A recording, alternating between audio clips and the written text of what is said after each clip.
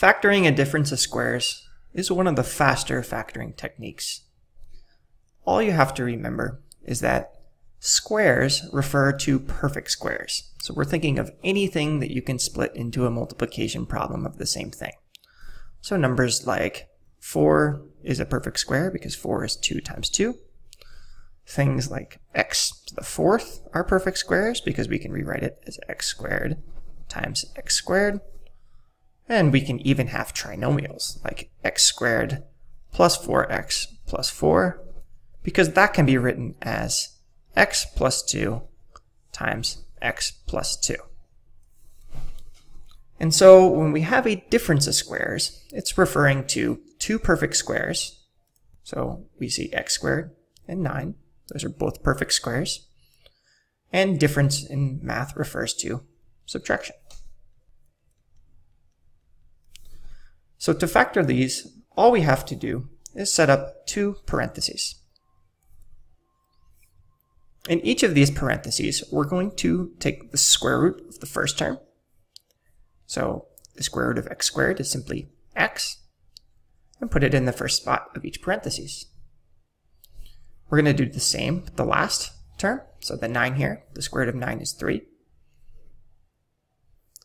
And our difference of squares always get us alternating signs, so we should put a positive and a negative, though the order does not matter. There we are. We have now factored a difference of squares. Let's take a look at another example. Let's try this. Y squared minus 1. Well, I know I have a difference of squares because y squared is perfect, and so is 1. And I have a subtraction sign between them. So let's set up our two parentheses here. Let's take the square root of y squared and put it here. So it's just y. And let's take the square root of 1, which is just 1, and put it here and here. And like I said before, we have alternating signs, and the order doesn't matter. So for this case, I'll just put a subtraction sign here and an addition sign here. We have done it. There's a difference of squares.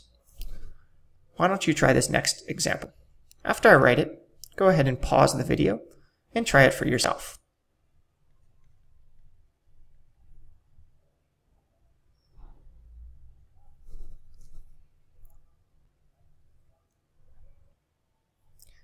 All right, so let's go ahead and work this out together. Well, I see that x to the fourth and 81 are both perfect squares, so I can put them in two sets of parentheses. So the square root of x to the fourth would be x squared. Let's put that in the first spot. And the square root of 81 is 9. We can put that in the second spot. Remember, our signs alternate, so we should have a positive and a negative sign in our parentheses. Now, for those of you who are really quick, you might notice that our second parentheses here is another difference of squares. And so to truly factor this expression fully, we need to actually break down that second parentheses even further. And so we cannot do anything to x squared plus 9 because this is a sum of squares, which is not factorable. X squared minus 9, however, is another difference, and so we can split it up into two parentheses. And we'll put the square root of x in the first spot, or excuse me, x squared, which is just x, and the square root of 9 in the second, which is just 3, with alternating signs.